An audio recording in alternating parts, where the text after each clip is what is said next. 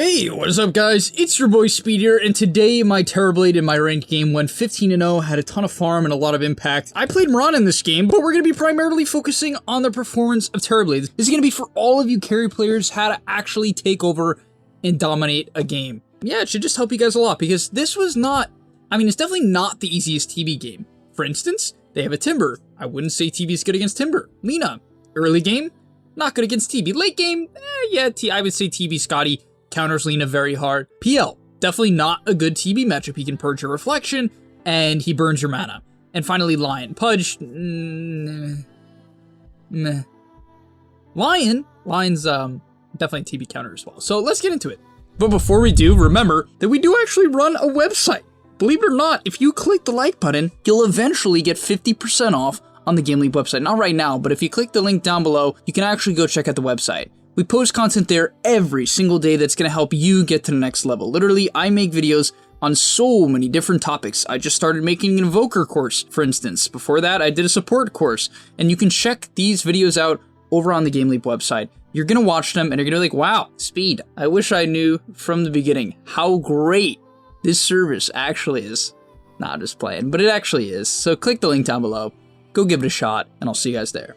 So the main thing I want to note about this lane, and I want to keep the laning stage very short and simple, is the XP that TB got. I remember looking over, I think it was around the 8 or 9 minute mark, I'll double check, but TB was level 5 very early on. And that's about the time when this hero comfortably jungles. He can do it earlier than that, of course, if he really has to, but that's like the general level you want. 2 points in Illusion, 2 points in meta, and generally like 1 point in Reflection. Now, the main thing about this lane that I thought was particularly important was the amount of XP that Treant gave to TB. This Treant player is also absolutely fantastic. It was a really high-ranked game. Rank 1, I don't really know who this is, but rank 1, rank 109, you know, your boy, the shitter, and a rank 325. But as you can even see here, this is kind of a standard play for Treant. He's chasing Pudge around the map as Pudge goes for a bit of a wave cut. This is definitely quite standard. It's quite bizarre how it's going down, to be honest, but... definitely quite standard. Next up, let's talk about creep aggro. Okay, I know you guys have heard this a million times, but really, I want you to pay attention to how many times he creep aggros here. Like, the sheer amount of aggravation that he pulls is insane. It's insane, right? And so as we walk up to the wave here, we're gonna see him pull it back, okay? And this is generally what you just want to do constantly in these difficult matchups. Timber is obviously not good for TB. He takes 2 points in reactive, and then starts spamming Chain on TB. It's a counter to TB in the laning stage. So what do you do in these sort of matchups? You try to bring the last hits away from a convenient place for them to harass you. So, as they're trading with the Timber a little bit, you can see he's primarily focused on the last hits, but once the wave is going to meet here, right, you see he pulls aggro to meet the wave a little bit further back. On top of that, he then forces in the CS. Pudge tried to deny it, good try by Pudge, and he's then going to go for the next CS as well. After that, he's going to hit the Timber and pull aggro again. And you can see it's just this rinse, repeat, rinse, repeat, rinse, repeat of pulling aggro whenever he wants to go for a CS. It just helps you avoid taking damage. Now, to be fair, he's against the Pudge. If he was against a Lina, I can guarantee you, or a Lion, he would be pulling maybe 3 or 4 times more creep aggro. And I really mean that. The harder the lane is, the more you have to pull it back. If you don't, you will die. And you have to do it before you need to. What I mean by that is you have to do it before you're getting gone on. If you're just like, oh, Speed, I am pulling creep aggro, and then I watch your replay, like I do for most people, I watched your replay, and then I see you pull it, but it's like last second, and you did it once in the span of 30 seconds to a minute, it's not enough, and you have to look at it this way. Nonetheless, as I was saying, Treant doing a great job of giving him a very fair amount of solo XP, and just coming in for the occasional leech seed. To be fair, he is actually sapping quite a bit here. I think the Treant likely wanted his level 3, which typically means you're going to take the 2 points in Leech Seed to even further heal up your carry when you want to. Alright, next important clip here. Wave goes under tower. What does this mean? I want you guys to figure it out before I show you what he's going to do. Okay? 4 minutes, 30 seconds into the lane here. Timber's level 4. Timber's got a soul ring. What is his play? So he clearly intentionally pulls creep aggro under the tower. That's the first thing to know. He intentionally pulls creep aggro under the tower, CS's it up, and then does what? What's his next play? Let's look at the game state, okay? I'm going to zoom out. I've kind of already made it obvious to you, but what is his next play? It has to be to instant jungle, right? I'm assuming you guys guessed it. If you didn't, you need a GameLeap sub. Go sign up down below right now. You absolute fool. But lane pushing in, obviously there's no way he can contest this far up. It's guaranteed death. So he makes the very wise decision just to instantly hop into the jungle. Went for a bit of a stack, unfortunately didn't get it.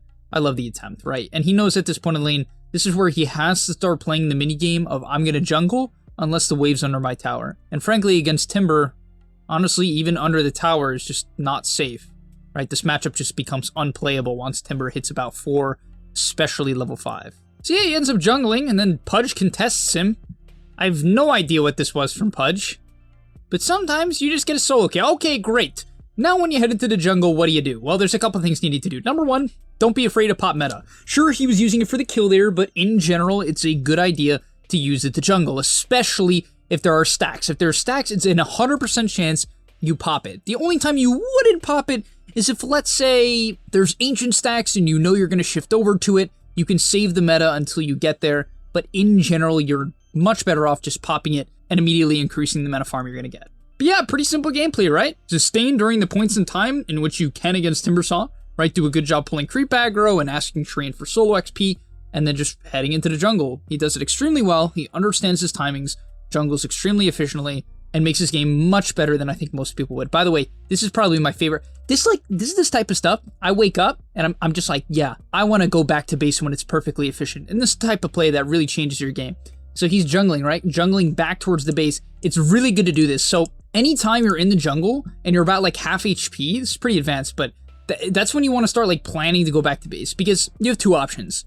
Ship a salve and ship a clarity, right? You could not ship a salve and like bank on getting a chipped vest or a possessed mask in 30 seconds, but that's pretty risky. You could still get ganked and die. We talked about how they have multiple TB counters in the early game. It's very likely they'll try to set up a gank on him. But yeah, nonetheless, you're half HP. He makes a stack, very good awareness. Starts jungling, draws out the Hellburst Smasher so it doesn't clap on him and his illusions. And yeah, makes his way back to base. And it's just such a nice rotation, because then what's really great about these rotations as well is it gives you a little bit of time to kind of digest the map and look around at what's happening. And that's exactly what we can see here, right? He's like, okay, Timber Pudge top, Lina mid, 2 heroes are likely bottom, so I'm going to shift to the bottom side of the map, and I'm going to go look to take Ancients very, very soon. And that's exactly what he does, right? And so, I just like that, right? It gives you time, and it obviously prevents you from having to buy 8 million clarities, which I recently played a TV game, and I actually put away the Arcane Ring and base immediately. You can see he didn't. He just did, but it took him a while. You don't want to do it immediately. You want to wait and hold that Arcane Ring for as long as possible so that you can spawn as many illusions as possible. And this applies to even Keen Optic. Like, don't be afraid to hold these items in the early game. They're really, really important on TV. Another play I love here, so as he's jungling, he's just casually taking camps. He sees Timber rotate off the wave and go down. This is how important, like, just overall awareness actually is, because it can allow you to sneak and farm against really unplayable matchups. We talked about how this is just, literally the worst for TB in the early game. And so he saw the Timber going down, reads that movement, and allows himself to shift up while the Timber's going down, which is huge, right?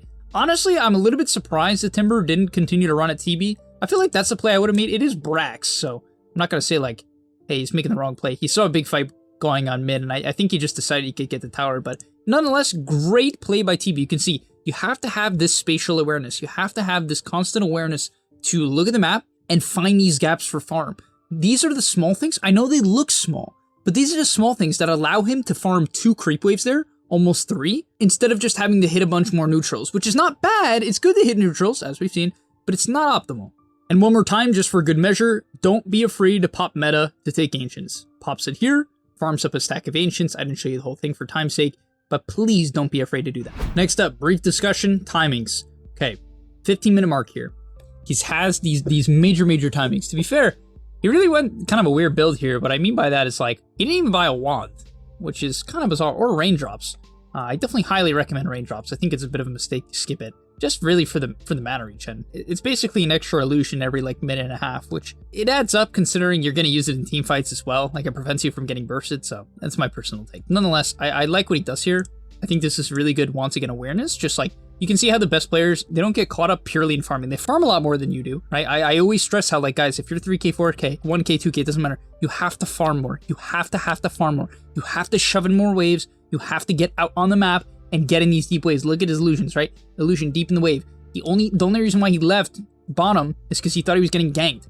If he wasn't, and let's say they're all top, he'd be shoving in mid/bottom, probably sending illusions to the bottom, cutting mid-wave, or vice versa. But yeah, talking about the awareness, he saw PL top, sees a dive going on mid, and this is kind of like go time for him to show up. He even makes a bit of a wrap. I don't know if this was necessary. I guess he is low on mana, probably a little bit afraid of the Lina here, right? Lina has yet to show in this fight, so I can kind of get behind it, right? It's like, hey, my main fear is not showing yet. She's about to have Laguna as well, as you can see. So I like this, right? He has a little bit of patience, even though I think it's kind of a waste of time if the matchups, no, well, it's definitely a waste of time if the matchups are better. In this case, I do like it because he easily could get bursted by Lina plus line and ends up being a really clean fight. Sanjin Yasha plus Dragonlance means you should show up to the fight. It's exactly what he does. Beautiful. And I really want you guys to really try to match these timings. So briefly, I just want to pause the replay. I want to talk about his talent build and the timings. So number one, he rushes Sanjin Yasha, but he got it around minute 13. After that, the Dragonlance came around minute 15. And then finally, to be fair, he did win 2 fights in a row, at least 2 advantageous fights in a row for him. And he got a Scotty at minute 21. These are very, very strong timings, but I know it's absolutely crucial if you are trying to gain MMR and you are a carry player that you strive for these timings. You have to look at the clock and say, hey, it's 20 minutes into the game. Am I even close to these timings? Right? Am I close? Copy this guy's build. Right? You don't even have to go on, even though I think it's good. And raindrops. Copy his build. Are you even close? This is the question. Are you even close? If you are getting Scotty at 26, 27, 28, you don't deserve to win your game. That is how you should look at it.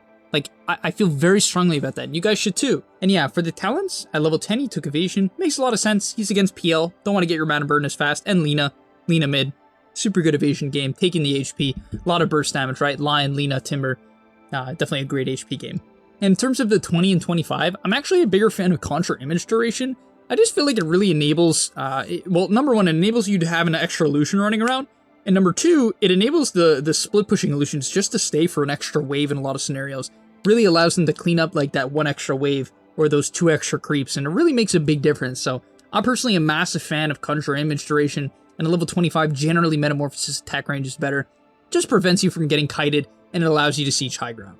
And you can see with these timings, and with the help of his team, you know, God teammates, what can I say, but, you know, at this point in the game, it's just so free. There's absolutely nothing they could do to him, and even if the fight was more even, if you just look at the network chart, full item advantage on PL essentially is it's just too much, right? This Lina absolutely stands no chance against him, and yeah, it shows.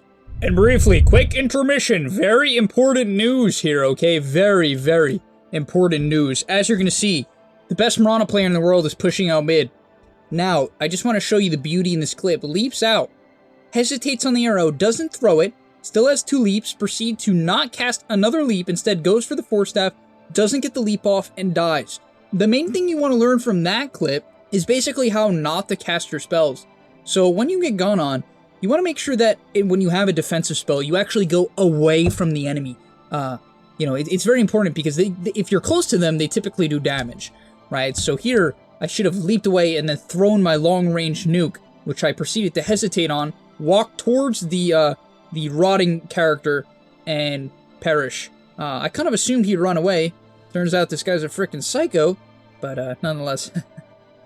And by the way, guys, ladies and gentlemen, all you carry players, I know for a fact you would not have bought BKB this game. Do not lie to me. I know you wouldn't have bought BKB. Don't lie to me. I know it for a fact. He bought a BKB after Scotty. Why? Because they do a bunch of magical damage and they have a PL. You buy a freaking BKB. If you are this far ahead and you've already won fights and you do enough damage, you don't need more damage. You need to make sure you don't insta-die. That is your lose condition when you're shredding them. Right? If you're not shredding them and they're ignoring you, okay, buy a Crystallis, buy a Daedalus. But if you're already killing them, buy a BKB. I know it's tempting to not to, and you want to buy that early Daedalus and 3-shot people. The reality is, if you get picked off, the whole game changes. Another situation, and the last situation I want to show for this video, is a Roshan fight. A lot of people would have gotten baited into finishing Roshan here. I love what he does. So, in this fight, we're going to go in, right? And it's very tempting to just kill off a low HP Roshan. After all, this one even has the shard Demon Zeal. Oh my, Demon Zeal. He could have gone the Demon Zeal. Instead, he just chills, right? And he sees us initiate. You can see his camera shifting up. He's paying attention to us. A lot of people would just be looking at Roshan HP. He makes sure he pays attention very close attention to our initiation, and as a result of this, he's able to follow up a really nice Sand King stun, shred the timber, follow it up with a kill into the Pudge, and from there it's just a very easy fight. You can see even the PL, the high armor PL, just getting annihilated. Oh my god. And yeah, that was basically the end of the game. We're gonna get an Aegis now on our Leshrac, and yeah, they couldn't fight us anymore. Definitely not. Alright, lastly, I know I said last clip, one more clip, boys, okay? I'm going high ground, no meta. Honestly, probably just a bad play. We should have waited for meta. Whatever. We're going high ground, let's see what he does. Dodges the Lena stun, great awareness. Leshrac dying, team going in. What does he do? What does he do? He hits the racks. Why? Because TB will get kited and die if he dives with no meta. You will die. You will feed. It is a guarantee. And so instead, he chills and just hits the racks. When he realizes that, okay, this fight's not looking too good, my Sand King's getting pretty low, Lesh is in kind of a weird spot, just disengages. Right? He starts to walk away, he resets. Then when the enemy team overextends and he sees an opportunity to go in, he does so. He goes in, he gets dismembered, almost doesn't get his BKB off, but he does, gets his BKB off, gets the nice Sunder onto the Timber Saw, and allows for a very clean fight as the PL gets stunned up and crit down. But yeah, just always keep that in mind. It's like, I think my big thing for this game that I really want you guys to see is no matter how far ahead you get, you need to make the safe decisions. Well, it's not that you don't take risks, but like you need to take the calculated risks, right? He took Roshan when he could. He bought BKB when he needed to. When his team is diving and he has no meta, he does not overcommit. You have to play to your hero's strengths. People will often bait you into shitty engagements because they're like, oh, my hero goes in. But TB doesn't go in. TB doesn't do these type of things, right? And so you have to play around your strengths. That's the key here. But alright, thank you guys so much for watching. I hope you enjoyed. I hope you learned a lot from this carry replay analysis. I'm going to continue to do, and I really think for this next week, a couple things I'll be doing. I will be doing, I know the comment, literally every single video. Is you guys have been wanting, I forget the exact name, a Smurf Darkseer replay analysis. I will do that. You have my word, okay? I wrote the AK, Darkseer, we're gonna do it. It's in the books. So smash the like button for that. I'm also gonna continue to try to do these like pub analysis. You guys really seem to like the last one. And I'm gonna keep trying to make them more personal, and maybe I'll even like record a portion of it live in the game, and then like do a portion of it in the replay client. I don't know. I'll figure it out. I'll try some things out. Nonetheless, thank you guys so much for watching. I hope you enjoyed. If you did, smash the like button, subscribe to the channel and the website, and I'll see you in the next one. Peace.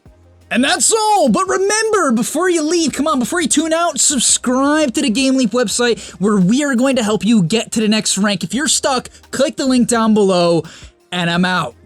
Peace.